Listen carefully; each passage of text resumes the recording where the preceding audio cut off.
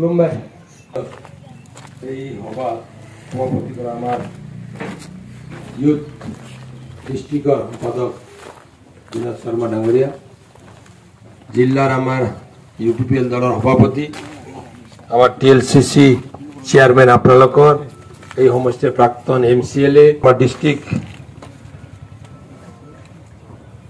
কমিটির ইউপিপিএলৰ নেতাসকল,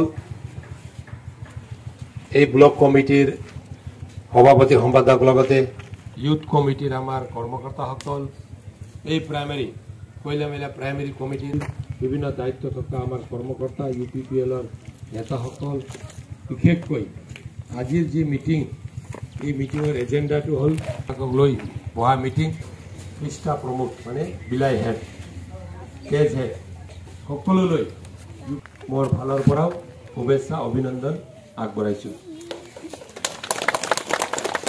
সময়টো বেছি নলওঁ, একদম এটা মিটিং আৰু আছে। কোন মিটিং? ঔগুৰিত বোলে, ঔগুৰিত আৰু এটা মিটিং আছে, এনেকৈ ৰাইজ জমা আছে।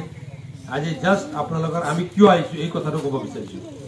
বাকী কথা চব জানে আপোনালোকে, কাক ভোট দিব লাগে না, ভোট কাক দিব লাগে আপোনালোকে চবেই আপোনাৰ পৰা ইয়াতলৈকে থকা বাইদেউসকল, যিমান আমাৰ মাসকল আহিছে, মাতৃসকল আহিছে, সকলোৱে গম পায় ভোটটো কাক দিব লাগে। কিন্তু ইয়াত যিমান মানুহ আহিছে, এইবিলাক মানুহে মাত্ৰ ভোট দিলে কিন্তু ইউপিপিএল নিজিকে।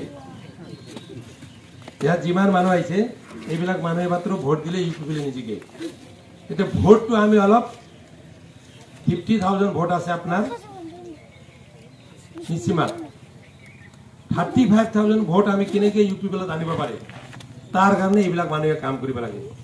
আমাৰ এই প্ৰাইমেৰীত কিমান ভোটাৰ আছে টোটেল? কিমান কম? 4,600 সামথিং, 5,000 ধৰি ললো মই। 5,000 ইয়াত যদি ভোট আছে, তেতিয়াহ'লে এই 5,000 মানুহৰ 80% ভোটটো কেনেকৈ ইউপিপিএলত আনিব লাগে, তাৰ কাৰণে কাম কৰা টিমটো হৈছে এইটো না, কৈলামেলাত কাম কৰা টিমটো এইটো। ইমান মানুহে যদি বিচাৰে, যদি কাম কৰে, আৰামছে 80% ভোটটো আহি যাব। কিন্তু আপোনালোকৰ হাতত আছে। আমিতো আজি আহিছোঁ, জাষ্ট দুটা কথা কৈ যাম, এইটো কৰিব লাগে, এইটো কৰিব লাগে, এইটো কৰিব লাগে। আৰু এই কথাটো শুনিছোঁ, আপোনালোকে ভালকৈ শুনিব। কিন্তু ইয়াৰ পৰা গৈ যদি পাহৰে, তেনেহ'লে কামত নালাগিব। চিৰিয়াছ হ'ব লাগিব অলপ। আৰু বেছি দিন নাই, দিনে যাবাই 8 তাৰিখ। হ্যাঁ, আজি হয়েছে 8 তারিখ, আমার ভোটটো হব 7 তারিখ।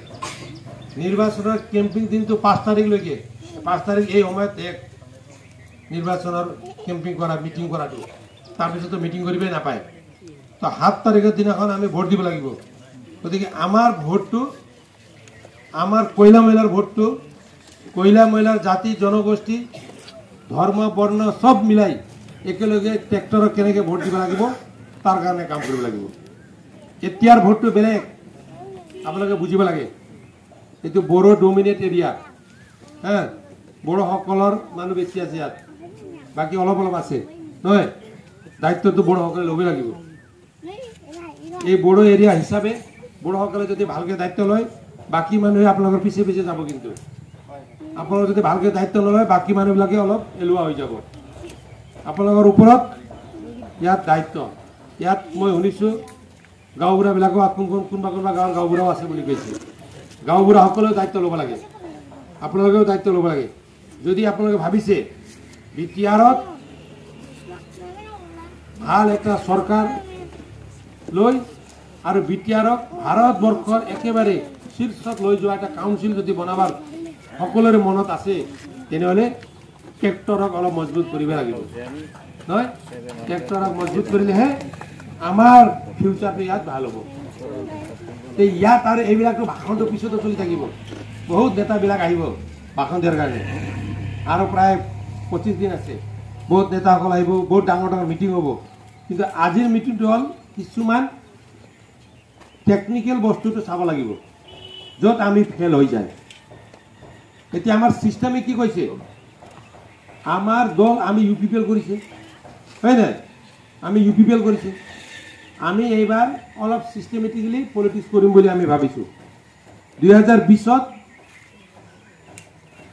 UPPL হাৰিছে নিচিমাত MCLA ইয়াতে আছে আমাৰ কেণ্ডিডেট আমাৰ দলৰ সভাপতি ডিষ্ট্ৰিক্টত তেখেত আগত MCLA আছিল কিন্তু 2020 হাৰিছে হাৰৰ কাৰণটো কি এইটো সব আমি জানো আৰু আজিৰ দিনত মানুহে কেনেকৈ ভোট দিয়ে এই কথাটো আপুনি চিন্তা কৰিব লাগিব